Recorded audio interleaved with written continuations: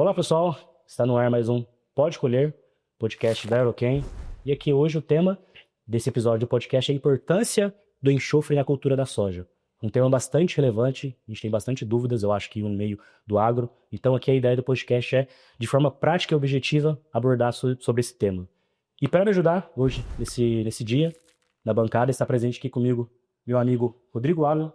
Vou pedir que ele se apresente ao público. Rodrigo, muito obrigado. Obrigado, PC.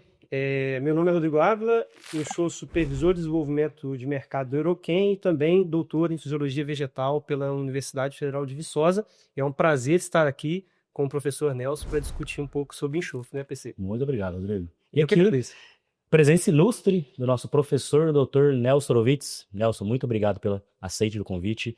Acredito que não tinha pessoa melhor para a gente falar desse tema, um tema bastante importante. E você hoje, como uma referência de fertilidade do solo e nutrição de planta, muito prazer ter aqui você presente no nosso podcast. Pessoal, tranquilito nomás? Mas eu primeiro gostaria de agradecer muito ao Aeroquem pelo convite. É um prazer estar aqui com vocês para falar de um tema que eu sou apaixonado, que é enxofre, que desde 1991 eu trabalho com esse tema, com fontes de enxofre para a agricultura. Além de pesquisas, né, eu também fiz meu doutorado na URGS, trabalhando com fontes de enxofre. E acho que é uma oportunidade muito legal da gente conversar de um tema tão importante para o Brasil. Eu, além de sempre ter trabalhado em empresas privadas, na área técnicas e de pesquisa, além da universidade, eu desenvolvi também um canal chamado Adubos e Adubações, que é uma atividade que eu tenho hoje, já com quase 320 vídeos, e que quem não assistiu eu convido que assista, né? Que a gente tenta passar mensagens bem científicas e bem interessantes para a agricultura. Excelente, Nelson. Muito obrigado novamente. E para dar o pontapé inicial, né, para a gente começar bem esse podcast, essa conversa, acredito que a gente tem que mencionar, né, a gente tem que dividir os temas. E o primeiro tema que eu quero que a gente converse que seria os benefícios do enxofre para a cultura da soja, professor Nelson. Peço que você comente, assim, brevemente, quais são os pontos mais importantes quando a gente pensa no fornecimento do enxofre para a cultura da soja. Quais são os benefícios que a gente pode dimensionar? Perfeito. A primeira coisa que a gente tem que contextualizar é que trabalhos da Embrapa e de instituições de pesquisa estimam que 70% dos solos do Brasil, virgens, nativos, são deficientes de enxofre. 70%? 70%. Né? Principalmente no Brasil Central. Então ainda abrimos áreas em alguns locais, né, principalmente naquela região da Bahia, Mato Grosso, Piauí, né, no Pará. E essas regiões, grande parte desses solos são muito, muito deficientes em enxofre e que é muito limitante à produtividade. Outras áreas, o enxofre obrigatoriamente tem que ser reposto, porque nativamente ele é muito deficiente. Bem, eu acho que a primeira coisa que a gente deve conversar sobre os ganhos de produtividade para o produtor. Qual é o principal benefício para o produtor? É o ganho da produtividade. Então nós temos pesquisas publicadas com ganhos, né, de 25 sacos de soja, em pesquisas onde, para ser bem claro, todos os nutrientes são adicionados, todo o pH do solo é corrigido, a única variável são doses de enxofre. Nesses trabalhos, se mostra que pode-se ganhar até 25 sacos de soja por hectare, se adicionando de 20 a 40 quilos de enxofre, quando o solo é deficiente do nutriente. E aproveitando um pouco mais, falando um pouco do milho, há trabalhos, inclusive alguns que eu participei, que chegamos a 50, 55 sacos de milho a mais, apenas tendo como variável, com tudo nivelado, nutrientes, pH ajustado, a diferença que deu onde você não coloca enxofre para onde você coloca, se chegou a 55 sacos de milho. Então, é um nutriente essencial, é um nutriente importantíssimo à planta e que os benefícios, né, a gente pode aprofundar um pouco mais, mas está ligado à síntese da clorofila, embora ele não faça parte da clorofila, então vocês imaginem, né? A clorofila é a máquina da planta e temos a qualidade dos grãos. Existem estudos que mostram que o enxofre ele é fundamental para a produção dos aminoácidos corretos que a planta precisa para a sua fisiologia, e se você tem deficiência de enxofre, se forma um balanço de aminoácidos que prejudica muito a planta na sua estrutura e no seu desenvolvimento. Para a soja, se sabe que enxofre é importantíssimo para a fixação do nitrogênio biológico, faz parte de uma enzima nitrogenase, e aí vamos, né? Temos resistências a doenças e tudo mais. Sobre a fixação biológica, você não acha, Nelson, que o mercado... A gente fala muito em cobalto molibdênio, né, PC? O mercado fala muito, o agro fala muito de cobalto e molibdênio nesse início de desenvolvimento da soja, e é muito importante, né? Óbvio, né? Para a nitrogenase funcionar precisa de cobalto e molibdênio. A gente não está esquecendo o enxofre, não, para nodulação, né? Eu costumo dizer que o enxofre faz o trabalho pesado e o cobalto e molibdênio ajuda. O que você acha sobre isso? Eu acho, Rodrigo, você toca num ponto muito importante, que o professor Malavolta, que é uma lenda nossa, né? Um emblema da nossa fertilidade do solo do país, é um dos grandes pioneiros do que sabemos hoje. Ele já dizia naquela época que o enxofre era o elemento esquecido e que o enxofre não poderia ser esquecido para o Brasil se desenvolver.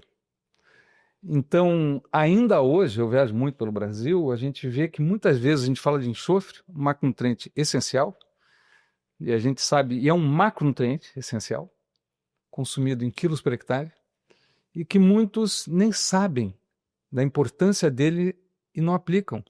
E por não aplicar, às vezes, 20, 30 quilos de enxofre, 40 quilos, o que acontece? Tem uma decadência, uma perda muito grande no seu potencial produtivo. Então, eu concordo com você. Exato, Nelson. Ficou bem claro, né? Então, os benefícios seriam aumento de produtividade e, diante disso, tanto da questão de clorofila, questão da fixação biológica de nitrogênio, o Rodrigo pontuou muito bem.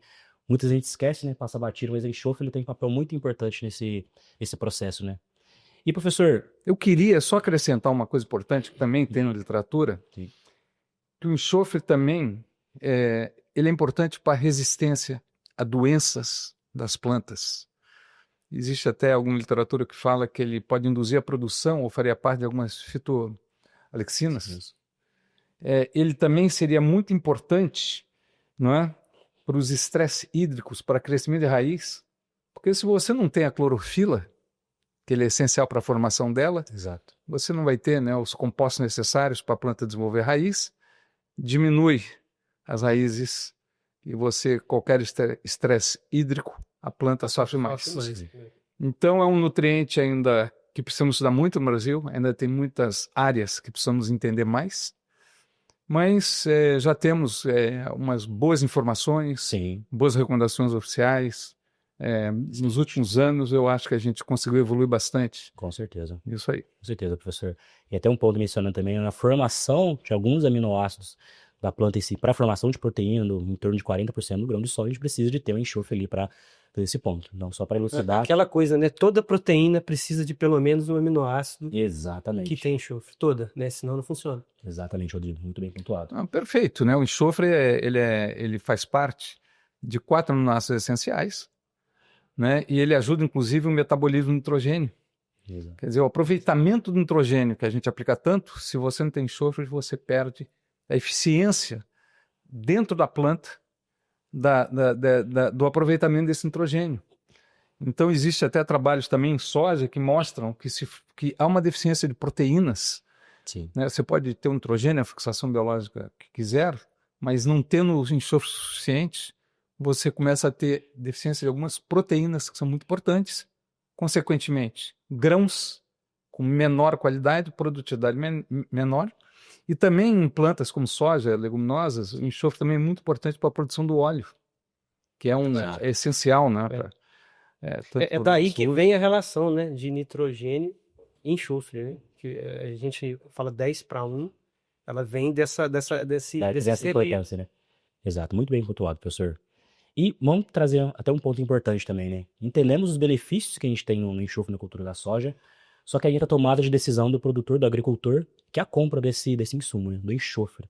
E, professor, você que é referência nesse assunto, hoje no mercado, quais são as fontes que temos disponíveis para a compra E quais são os benefícios de cada uma? Se a gente puder explorar esse tema, acho que é muito importante na tomada de decisão, né? Primeiro, já entendemos os benefícios que acontecem, mas na tomada de decisão, na hora da compra, quais são as fontes que temos no mercado hoje? Quais são os benefícios de cada uma delas, professor?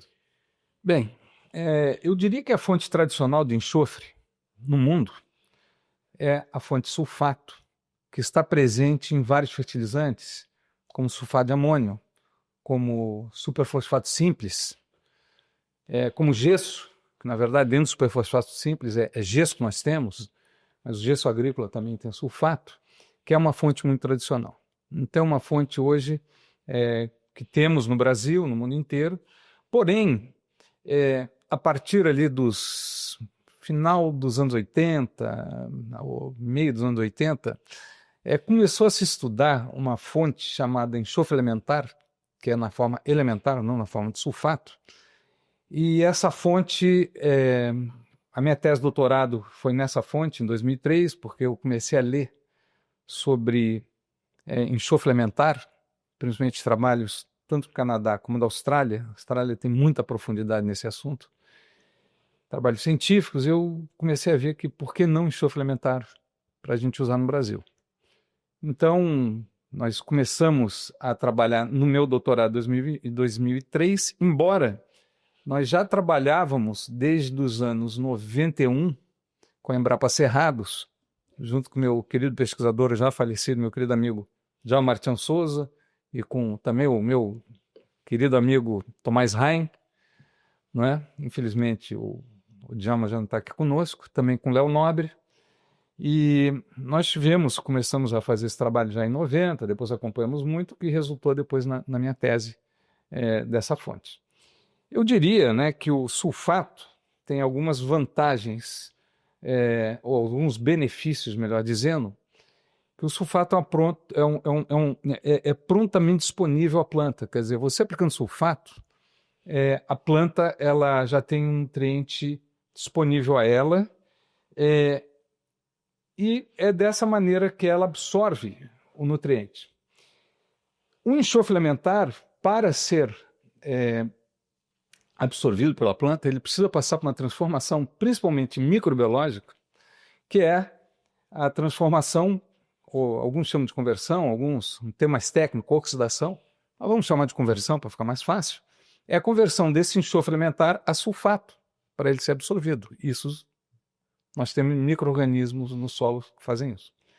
Então, quais seriam os potenciais benefícios do enxofre elementar se aplicado corretamente dentro das limitações técnicas que a gente conhece hoje, tanto de uma fonte como de outra, né? O benefício, primeiro, que é o que motivou lá no início todos esses trabalhos, não só no Brasil como no mundo inteiro, são os benefícios de custo logístico. Por quê? Quando você transporta sulfato é SO4. Se você pegar a massa do enxofre, que é 31, 32, se você pegar a massa do O4, que é 16, você vai ver que você está carregando uma quantidade de peso de O4 que é 3 vezes maior que o enxofre. Ocupa um lugar na forma, ocupa um lugar na produção muito grande esse O4. Bem, o que isso pesa? No frete, que você vai levar o enxofre acompanhado de 4 oxigênios, obrigatoriamente. Depois, a estocagem desse produto nas propriedades, como você tem SO4, é muito maior. A mão de obra para manipular o adubo é muito maior. O tempo de plantio, para você aproveitar a janela de cultivo, você vai abastecer, se você tiver enxofre elementar, menos vezes a máquina do que se você só tiver sulfato, porque você lembra do O4. Uhum. Né? Então você vai ocupar esse espaço com esse O4, o espaço de peso. Então, você consegue concentrar as fórmulas de adubo aplicando o enxofre elementar, que é uma enorme vantagem econômica. E hoje também a gente sabe uma enorme vantagem, que na época que eu comecei a trabalhar com isso, a gente nem imaginava, faz muito tempo, né? E já são mais de 30 anos, E a gente achava que a vantagem era essa, mas não é. Hoje, com o evento da gente entender a crise climática, vocês imaginam o que se emite de carbono, se gasta de energia, para primeiro você produzir o ácido sulfúrico, você produz o ácido sulfúrico, o enxofre elementar, você produz o ácido sulfúrico para atacar uma rocha para fazer o superfosfato simples. Tudo isso, enxofre, grande parte é importado no Brasil, a enorme parte é importado. Esse enxofre faz um passeio além do gás de energia da produção do ácido sulfúrico, que ataca a rocha fosfática, que faz o superfosfato simples, que é a maior fonte de enxofre desse país, junto com o que é gesso, no fundo, né? E que você tem dentro do superfosfato, você tem gesso. Toda essa cadeia você ainda transporta e emite muito carbono pelo transporte, pela aplicação, porque tu tem o O4. Bem, no momento em que você tem enxofre elementar, toda essa cadeia, desde o início de produção de ácido sulfúrico, você corta esse enxofre, né? vai direto para o solo, onde há micro-organismos que são capazes, e não é, também tem reações químicas, mas é principalmente microbiológica a reação, que são capazes de fazer essa transformação. Então, o dispêndio, o custo de energia e todo esse dispêndio que eu falei, e mais o ganho ambiental, fez com que o enxofre, ultimamente, o enxofre elementar, tenha ampliado seus benefícios. Sim. E hoje é visto, né, no mundo como uma fonte, né, ainda com várias dúvidas, mas muito importante. Nós transferimos todo o custo energético que é da indústria, né, e que causa danos ao ambiente, a gente transfere ele para o micro-organismo. Exatamente. Mais eficiente e e melhor, né, em termos ambientais. Ambientais e de custo produtor, de toda a logística. Facilidade de aplicação. Facilidade de aplicação e tudo mais, ganho de tempo. Eu tenho a crença de que o Brasil tem condições climáticas de cultivo que favorecem muito a eficiência do enxofre elementar. Isso eu posso falar isso? Sim. A gente precisa entender, primeiro, né, o enxofre elementar, para ser convertido a sulfato, a primeira pergunta que nós tínhamos, a gente fez alguns trabalhos na Embrapa Cerrados, né, junto com os pesquisadores, e, ali a gente viu que tinha alta eficiência. Aplicado na forma fina, né, em área tostada e tudo mais. Bem, aí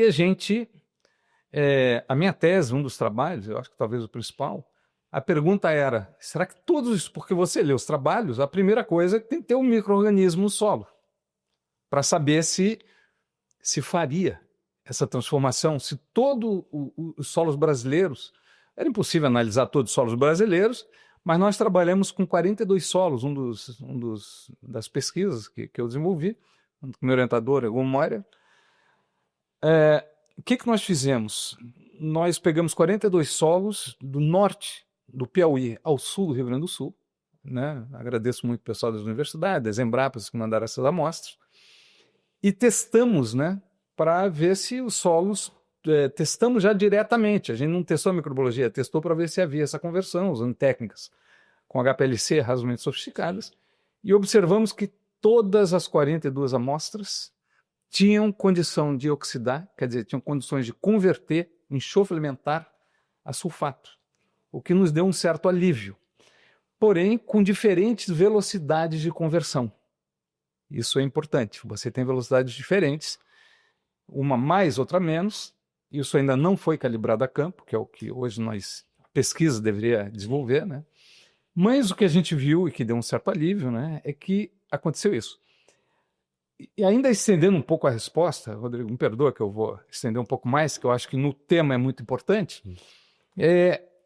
Temos trabalhos do Canadá, que isso é muito interessante, que mostra que solos, mesmo com baixa velocidade de conversão, né, ou conversão, taxas de oxidação menores, quando você aplica uma vez, ele tem uma velocidade. Porém, quando você aplica a segunda vez, olha que coisa interessante, a velocidade às vezes quintuplica ou até é 10 vezes maior. Por quê? Porque às vezes essas colônias de bactérias que são específicas e de fungos estão muito reduzidas, e é o mais interessante, a natureza é muito impressionante. Os solos que mais têm essas colônias são os deficientes de enxofre. Olha só. Olha, é uma coisa maravilhosa. Aí o que acontece? Se você abastecer uma vez, você deu alimento, essas colônias se multiplicam, e se você mantiver a aplicação de enxofre elementar, Elas vão se mantendo. não só se mantendo, Elas como vão- você tem muito mais micro-organismos, né? As colônias, as comunidades se multiplicam. Muito Legal, legal, cara. muito legal. O que acontece é que você tem ganho na velocidade na próxima aplicação do enxofre elementar. O que reforça, né, que essa fonte, eu acho que isso aí é um trabalho que no Brasil a gente também precisava desenvolver para confirmar isso em nossas condições, né, a pesquisa, mas o que reforça que é uma fonte que, para um país continental que nem o nosso, com todos os ganhos logísticos e ambientais, é uma fonte muito importante se aplicada dentro de condições técnicas corretas. Sim. Né? E as condições do Brasil. Então eu vou começar, uma das condições é ter micro-organismos que, baseado no que foi feito, hoje a gente acredita, né, que os solos brasileiros têm até os deficientes de enxofre, que são, Sim. né, que vão ter os micro-organismos. Isso é uma das condições. A outra que é fundamental, que é a biótica, é a temperatura. A temperatura ela é importantíssima, né? Em temperaturas ao redor de 25, de 20 a 30 graus, 35, são as temperaturas ideais para os micro-organismos trabalharem, terem atividade biológica para converter a sulfato. Então, por exemplo, lá onde eu moro hoje, Rio Grande do Sul, agora está entrando no inverno lá, que é de rachado, né? Onde você tem uma temperatura muito baixa, numa cultura que nem canola, que se cultiva lá, que é muito exigente em enxofre, você até pode usar o elementar, mas você tem que complementar com sulfato sempre, se o solo for deficiente de enxofre. Que provavelmente para a soja, se esse enxofre for bem aplicado, né, esse enxofre elementar vai ficar disponível, talvez um pouco, muito lentamente, mas você precisa de... Agora, você pega no Cerrado brasileiro, que você tem temperaturas razoavelmente altas, né, acima de 20 graus, raramente muito frio, que nem lá no sul, é uma fonte que pode ser muito interessante. Então, as temperaturas e as condições ambientais são importantes. Chuva, umidade é fundamental. E aí a gente sabe que o cerrado chove quando a gente precisa, né? Quando a gente planta, ou ao contrário, né? A gente planta quando chove, seria mais correto. Exato. Né? Então, o que acontece? O enxofre elementar pode ser uma fonte muito interessante, considerando tudo isso, né? E que eu acredito, e por isso que eu trabalho bastante ainda nesse assunto, né? Continuo trabalhando, inclusive em pesquisa, né? Porque a gente acredita que essa é uma fonte muito importante. Né? A umidade é fundamental porque ela participa da reação de oxidação, da reação de conversão para sulfato. Sem umidade, você não vai ter essa conversão, ou vai ser muito baixa, porque a umidade vai ser muito baixa. Portanto, né, a gente acredita que temos temperatura, temos microbiologia, não é? E aí temos que se atentar, importantíssimo, para a eficiência dos produtos com enxofre elementar. Não é? A gente pode falar um pouco mais de lixiviação depois. Sim. Mas uma que é muito importante, um fato de eficiência é o tamanho da partícula e a dispersão dele no solo. Não é? Por quê? Como é uma reação microbiológica e o enxofre ele é hidrofóbico, ele repele a água, se você aplica partículas muito grosseiras, né? é um efeito de superfície. É o fenômeno de superfície. Exatamente. Os micro-organismos, eles vão, entre aspas, né, comendo que nem a gente come mingau, né, pelas beiradas. Quer dizer, vai comendo. Então, quanto menor a partícula, isso tem muitos estudos no mundo inteiro, melhor é, porque você ganha em área de contato, em superfície específica, para os micro-organismos terem contato e conseguirem converter esse enxofre de uma forma razoavelmente rápida. Então, o tamanho de partícula é essencial. Muito importante. Muito importante, professor. E aproveitando esse gancho, né? Hoje a gente sabe que os materiais plantados hoje no Brasil são basicamente de ciclo precoce, de 105, 110 dias, dependendo da região. E mesmo assim, as condições brasileiras que temos hoje, como o Rodrigo mencionou muito bem, esse enxofre elementar aplicado ele vai ser disponível para a cultura que está nesse momento, né? Digamos assim, não tem um risco de, por exemplo, essa adubação de sistemas, aquele enxofre colocado naquela cultura, ele vai ser aproveitado dentro do ciclo, né? Eu diria que é um pouco mais complexo, né? Eu diria assim, a gente ainda não domina para dizer que em todos os solos isso vai acontecer, porque apesar de medir a velocidade de oxidação, a gente não tem certeza do que é baixo, do que não foi calibrado. Isso é um grande problema, não é? Então eu sempre digo assim, para mim o ideal ainda para adubação do sistema, se imagina, né, que o enxofre esteja em uma situação alta, que o sistema já esteja bem suprido de enxofre, seria uma reposição com tempo para esse enxofre, isso não teria problema. Eu não sei se num 110 dias. Agora, num solo deficiente de enxofre, eu jamais aplicaria só enxofre elementar puro.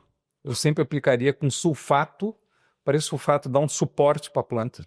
Daí é importante ter o doce.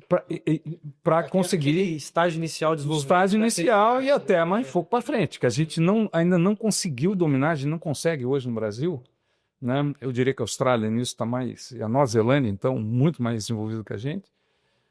Nova Zelândia chega é pequeno, é um paísinho, muito pequeno, né? Um país maravilhoso, mas diminuto, o tamanho de Sergipe. Ele chegou a dividir as regiões e as velocidades e até a granometria que pode se aplicar em enxofre. Varia. Não, eles estão anos-luz à nossa frente, tá? Então eu diria, sulfato é importante, muito importante, se você é deficiente de enxofre. Sim. Se você não é deficiente de enxofre, é uma reposição, é uma adubação do sistema que você falou, numa agricultura bem feita, ele vai, muito provavelmente, ou pelo que a gente conhece no estado de hoje, vai repor como sulfato, com algumas vantagens, dependendo do solo, que a gente pode conversar também. Muito bem pontuado, professor. E aproveitando também o gancho, né? A gente aplicou o enxofre no sistema, ele virou sulfato, se for um enxofre elementar, ou se eu apliquei prontamente sulfato que a planta vai absorver. A gente sabe que as condições de solo influenciam muito a dinâmica desse elemento, no caso o enxofre, o sulfato, propriamente dito no solo. E, professor, um tema que vira e mexe o pessoal aborda com gente, seja produtor, expert, enfim. Essa perda de enxofre, ela existe na forma de sulfato, por lixiviação? Quais condições isso ocorre com mais frequência ou não? Variação do tipo de solo? Perfeito. Gostaria que você comentasse um pouco sobre a questão de perdas do enxofre na forma de sulfato por lixiviação. Bem, eu diria assim, isso aí a gente conhece razoavelmente bem no Brasil, principalmente porque Embrapa Cerrado fez um trabalho, né, o Djalma, o Tomás, né, o Léo Nobre, o Lobato, acho que o Edson já tinha feito algumas coisas também.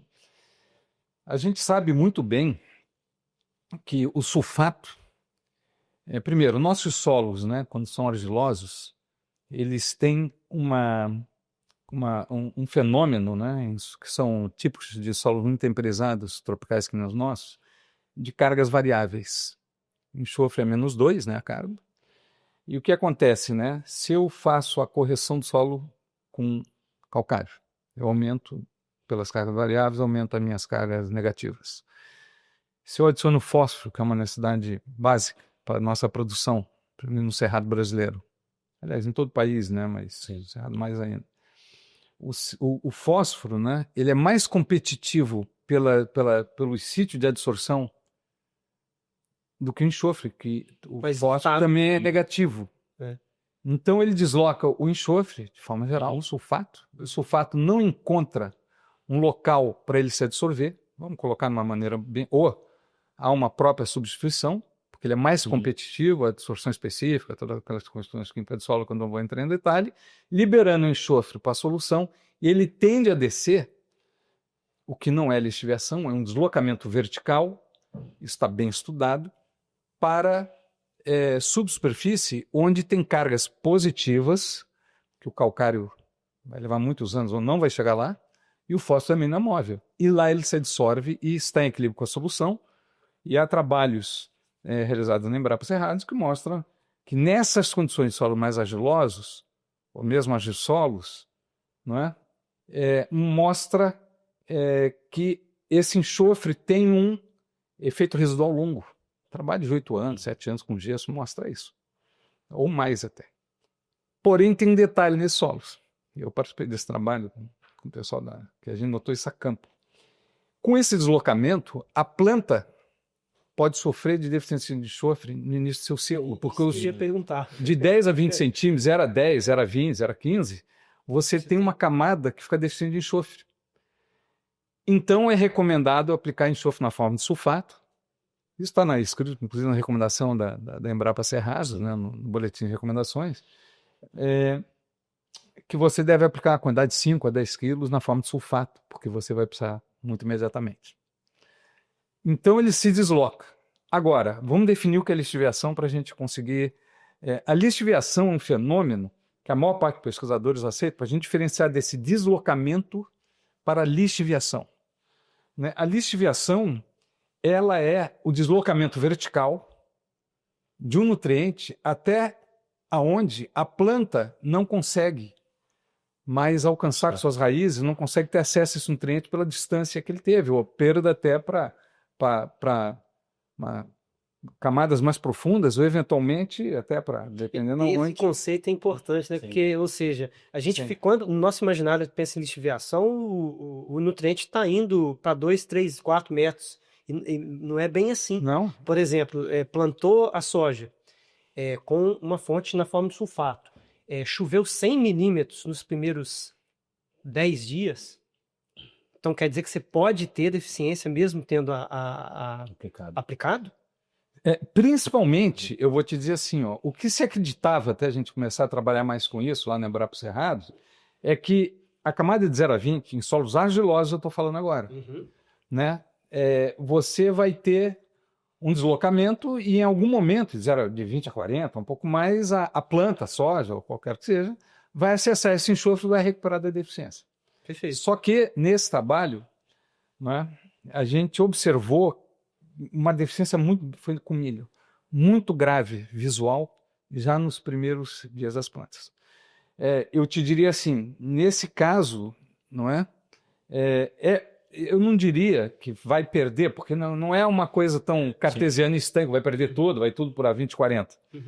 Mas a gente está recomendando, e tem que ser uma fonte de sulfato para ficar disponível para os primeiros dias, porque ela logo vai chegar de 20 a 40. E ali vai ter o sulfato disponível. Agora, em solos com perfis arenosos, nós temos solos né, com perfil arenoso, né, quer dizer, perfil camadas arenosas, se planta hoje soja em lugares de muito baixa argila, né? Alguns lugares aqui no Mato Grosso do Sul, algumas solos na própria Bahia, né? A perda desse enxofre pode ocorrer, porque a gente sabe, né, que são solos com muito menos cargas variáveis, muito menos atividade química, né? E aí você pode ter perdas. Infelizmente, não temos trabalhos ainda muito conclusivos no Brasil. Eu gostaria que... Isso é uma hipótese baseada no conhecimento, né? Eu, pelo menos, não conheço, já procurei muitos. Até se alguém tiver esse trabalho, me envie, que eu gostaria de conhecer. Né? Porque, eventualmente, existe esse trabalho. Né? Mas o que a gente considera, baseado nos conhecimentos que a gente tem, e já observações por exemplo, o Leandro Zancanaro, né? Que também é um querido amigo meu, já comentou que ele já observou isso a campo. Solos arenosos há perdas. Mas isso é uma observação, não é um dado científico. Mas que é muito provável que a gente aí sim pode ter perdas importantes de sulfato. Excelente. Porque por lixiviação. Muito esclarecido, né, Rodrigo? Muito. E, aproveitando o gancho também, professor, você mencionou que dos processos reativos que acontecem no solo, do enxofre elementar até virar um sulfato, o processo de micro-organismos, que obviamente ele vai gerar algumas cargas no sistema do solo. O processo de acidificação, propriamente dito, dependendo da fonte. E hoje, professor, pensando nessa questão de acidificação do solo, as fontes têm variação nesse processo de acidificação? Esse processo ocorre, que é uma dúvida recorrente que o pessoal acontece, né? Pensando no sistema, no ambiente de produção do sistema solo. As fontes de enxofre têm o poder de acidificação do solo e como é que esse processo acontece? Eu acho que a pergunta é interessantíssima porque existe um fantasma aí, de muito mal entendido. Né? Primeiro, não é? O sulfato por si não vai acidificar o solo. Não é? Por exemplo, o gesso agrícola. Ele pode ter existem algumas reações teóricas, químicas, uma coisinha que pode... Mas de forma geral, se você aplicar gesso, não vai haver grandes mudanças de pH de solo por causa do sulfato. Acontece que o sulfato, quando aplicado junto ao amônio, com fonte como sulfato de amônio, não é bem um sulfato. Não, sulfato de amônio acidifica um horror. não é bem o sulfato. Na verdade, quem acidifica é o amônio, que Olha só. nas nossas condições passa por nitrificação, né, é transformado em nitrato e sobra hidrogênio no sistema. Esse hidrogênio é o que causa a acidez do solo. Bem, o enxofre elementar, na sua reação microbiológica, ele também acidifica o solo, porque ele forma ácidos que depois se dissociam, libera o sulfato, que também libera hidrogênio. Agora, o importante é a gente ter uma noção de quanto. Tanto sulfato de amônio como enxofre elementar. Não é? Por exemplo, super simples não vai ter grande influência, Sim. que é gesso que tem lá dentro, o sulfato. Né? Uhum. Tem um pouco de acidez, mas é mínimo. Né?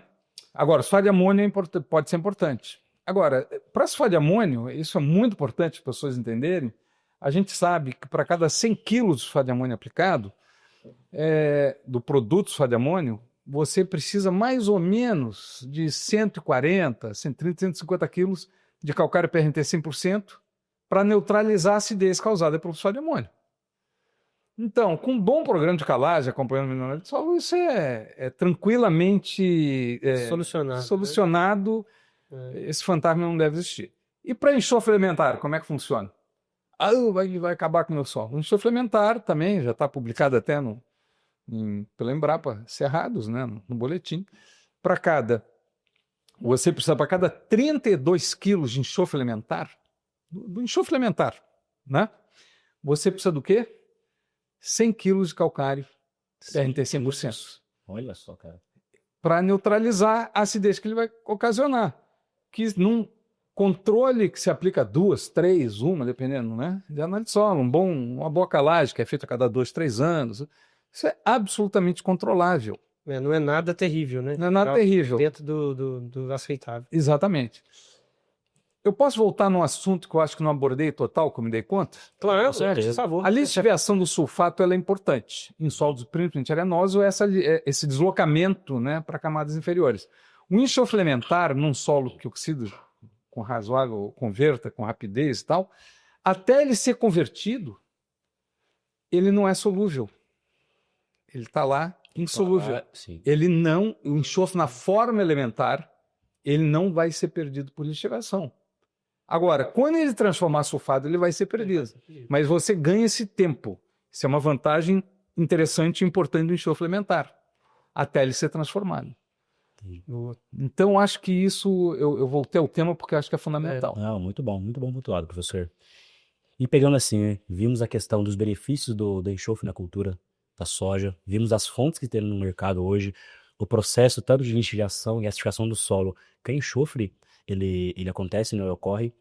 E hoje, professor, para você, Nelson, pensando na tomada de decisão, quais seriam os fatores primordiais para o agricultor tomar a ciência e para fazer a escolha melhor, pensando tanto na análise de solo, mas qual a tomada de decisão primordial para o produtor rural hoje, pensando em enxofre na cultura da soja? Perfeito. Primeiro, eu quero falar de fontes de enxofre elementar, que eu acho que é importante. Sim. Eu acho que o produtor rural, quando for comprar fonte, quando ele for aplicar qualquer produto que seja com enxofre elementar, ele tem que se preocupar com o tamanho da partícula que está dentro do produto. Há muitos anos atrás, a gente falava que ele tinha que ser pó em área total. É o que os trabalhos mais mostravam. Porque em área total e com uma alta dispersão, você tem muita área de aplicar também. Aí o problema começou a ser qual? A aplicabilidade, né? Se vocês já botaram enxofre no olho, já caiu, já são dos meus trabalhos. Não deve ser agradável. É terrível. Algumas pessoas, inclusive, têm alergias e tudo mais. Bem, então a aplicação é muito complicada. O armazenamento também é. Ele pode se auto-explodir, né? Autocombustão e tal. Então, dentro de um armazém ele puro e tal, ele é complicado. Aí veio alguns produtos, né, que associaram ele à bentonita numa forma granulada. São meia-luas, né? Uhum. São praticamente granuladas, que é uma solução interessante para facilitar a aplicação e o transporte, mas infelizmente os trabalhos, inclusive feitos aqui no Brasil, trabalhos feitos pelo Nesp, trabalhos feitos também na Embrapa Cerrados, alguns trabalhos feitos fora do Brasil, por exemplo, na Austrália, mostram que, infelizmente, esses produtos são muito pouco eficientes, né? A eficiência deles é baixa. Bem, hoje surgem no mercado alguns produtos granulados associados a fósforo, que, dependendo do tamanho da partícula, já há trabalhos com essa tecnologia de micronização de enxofre dentro de grânulos, trabalhos feitos no Brasil, pela Embrapa Cerrados. Acho que precisamos fazer mais trabalhos, por enquanto é um ou outro. Acho que a gente, para ter consistência, precisa ter em várias regiões, Certo. vários trabalhos.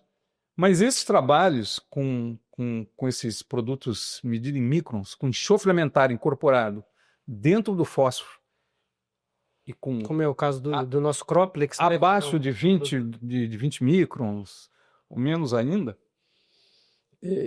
se mostrou eficiente nesse trabalho. Quer dizer, inicialmente a gente está vendo, né, embora pedimos às empresas ter esses produtos que ampliem esses trabalhos, né?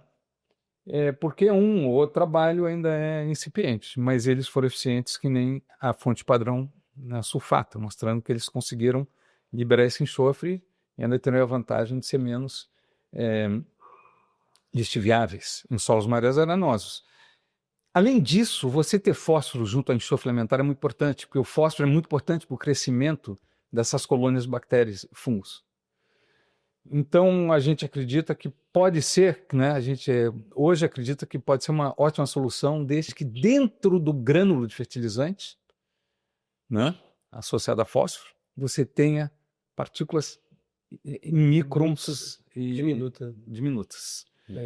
Bem, e a decisão do produtor para aplicar, primeiro a decisão qual produto usar, mas a outra que eu acho que é importante é que, além de uma análise de solo, o histórico da área é fundamental. A análise de solo tem fragilidades para enxofre. Porque a análise de solo, o enxofre normalmente ele está muito ligado, a grande parte do enxofre do solo está ligado à matéria orgânica, 70% a 90%. Trabalhos aqui feitos na Exalc, fez também no Rio Grande do Sul.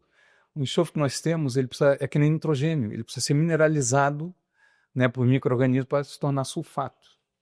O que acontece? Eu cheguei a fazer isso, eu não publiquei porque eu acho que precisava não era o objetivo da minha tese, além disso eu fiz mais por curiosidade, quando eu trabalhei, mas isso precisa ser mais estudado também. O problema é que essa mineralização é afetada também pela umidade e temperatura. Como a gente não faz análise de nitrogênio, por quê? Porque varia durante o ano, porque no frio ou na seca você tem menos liberação de nitrogênio. Você faz numa época, dá um resultado. A mesma amostra que você faz depois, vai dar outro. O enxofre é a mesma coisa. Se você fizer no verão ou no inverno, por exemplo, no Rio Grande do Sul agora vai entrar um frio, a atividade cai. Eu fiz isso, mas eu fiz de brincadeira no laboratório. Eu vi na mesma amostra diferenças muito grandes, né? Além do método de enxofre, também serem métodos razoavelmente complexos, em grande parte do laboratório, não em todos, e que você tem uma variação na resposta conforme a época do ano. Então é importante ter análise de solo, é um instrumento, mas é diferente de uma análise de fósforo, que varia muito menos, mesmo de potássio.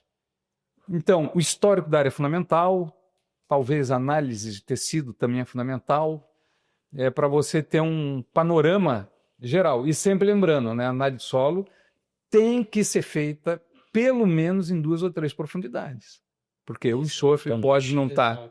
Então você vai aplicar pouco enxofre para repor a superfície às vezes, porque você tem profundidade, por exemplo. De repente seu enxofre está 20 centímetros. Isso, então você tem que conhecer o teu solo. Então a recomendação hoje oficial, inclusive das universidades, da Embrapa, é você, né? Você fazer análise de solo em diferentes camadas, estratificadas. Exatamente. Muito bom, professor. Isso mencionou um ponto muito importante, né? Questão do nitrogênio, questão do fósforo e o do enxofre ligado a partículas micronizadas, né? E nós, como Euroquem, conseguimos ter desse ponto, né? Que são primordiais na tomada de decisão, acredito eu. Diferentes fontes também é questão de como é a disponibilidade para a cultura da soja, certo? E professor Nelson, partindo aqui para as considerações finais, partindo para o final do nosso podcast, eu acredito que você hoje, como mencionei anteriormente, uma referência hoje pensando em fertilidade do solo e na gestão de plantas. Muito obrigado. Para você, Nelson, quais são os principais desafios hoje para o fornecimento de enxofre das culturas? Pudesse elencar, por gentileza? Perfeito. Primeiro, eu acho assim, nós temos uma deficiência que na Austrália já está estudado, e nós temos plantio direto que quer acumular palha. Aqui no Brasil, eu não conheço por esses trabalhos, até tem uma outra citação, mas baseada em trabalhos australianos e da Nova Zelândia, com o acúmulo de palha que a gente quer provocar e tenta provocar, a gente, assim como o nitrogênio, nós temos, né, imobilização nitrogênico na relação da palha CN é muito alta, acima de 30, alguma coisa assim. O enxofre também pode acontecer a mesma coisa. Então você pode ter um solo bem suprido de enxofre, mas em alguma parte do cultivo, pela palha, você tem alguma deficiência. Mas isso a gente precisa estudar no Brasil. É uma lacuna que em solos brasileiros a gente precisa. Um outro fato importante que eu acho, a gente precisa ainda entender mais, primeiro, esses produtos, né, com enxofre elementar incorporados dentro dele, seja micronizado ou não, né, a gente precisa ter mais pesquisa. Eu digo sobre bentonito, a gente já tem bastante dados, mas em vários locais do país, para a gente ter mais certeza e confiabilidade na eficiência desses produtos. Eu só aplicaria uma coisa importante, que eu acho que também precisa ser estudado, a questão de relacionar numa análise de solo a matéria orgânica, que nem a gente faz com nitrogênio, principalmente lá no sul, às vezes solos com alta matéria orgânica, com temperatura alta, vai te abastecer, suprir o enxofre. Uhum. Então nós temos, né, a taxa de oxidação do enxofre, que só foi feito, pelo menos um trabalho lá em 2000, e que eu defendi em 2003, é um trabalho realmente complexo, não é? Porque a gente não mede o sulfato produzido. Isso a princípio, eu considero um erro, como na Austrália, como na Nova Zelândia também se considera. Você pega enxofre que você lê o sulfato depois no laboratório. Está errado. Eu não diria que está errado. É uma metodologia usada, mas que já tem coisas muito melhores. Tem gente que ainda faz isso, porque quando você mede o sulfato, isso inclusive eu testei, também precisa ser aprofundado. Se você botar enxofre elementar num solo, eu não publiquei porque não foi científico, foi curiosidade. Eu e o professor Clésio Janela, a gente pegou, moía a amostra, botava enxofre elementar, pegava a amostra, botava enxofre elementar e analisava e aparecia uma parte de sulfato, alguma reação química acontecia durante o processo da análise de enxofre, mostrando sulfato que não podia ter acontecido, porque a gente, assim, minutos antes, tínhamos colocado enxofre elementar. Então, aparentemente, é que nem fosfato natural, né? Com alguns tipos de métodos, ele aparece como sulfato. Não, deu um monte de sulfato, o meu produto é ótimo. Não.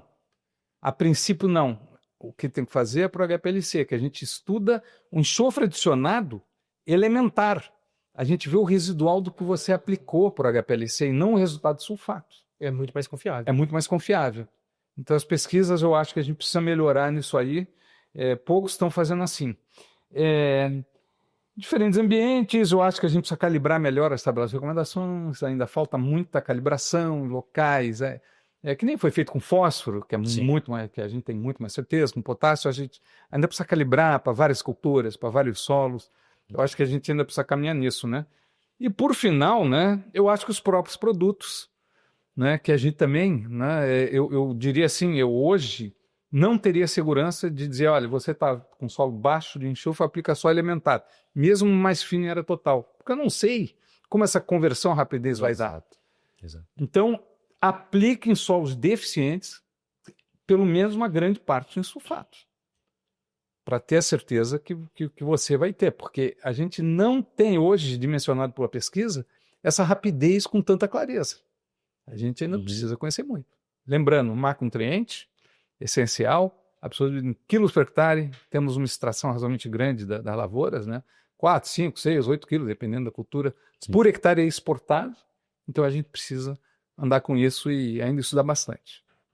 Não, professor, excelente, muito bem pontuado, cada ponto assim para a gente ajudar, né, na tomada de decisão. E tempo bem gasto, né? Muito que a bem gente gasto. teve aqui, que discussão rica. Muito bem gasto, professor. Gostaria aqui de partir para o encerramento, agradecer a presença do meu querido amigo aqui, Rodrigo Ávila. Eu que agradeço. Muito obrigado de ter me permitido estar aqui hoje. Muito obrigado, Rodrigo. E professor Nelson, muito obrigado pela presença. Para as pessoas que estão nos assistindo, quiserem achar você, canal, a Dúvida Adubações, tem mais algum meio de achar você hoje? No canal, no Instagram do canal, né? Eu não tenho Instagram, pessoal, no canal, né? Também pode se comunicar através do e-mail nelsonTZ92@gmail.com. Fico à disposição. Certo. E só quero, como final, me despedir, agradecer a Euroquem, desejar a todos que fiquem tranquilitos no massa. Excelente encerramento. Pessoal, muito obrigado. Agradecer ao time Euroquem, ao time Eurodivanos também. E bora pro próximo episódio do Pode Colher, podcast da Eurochem. Muito obrigado.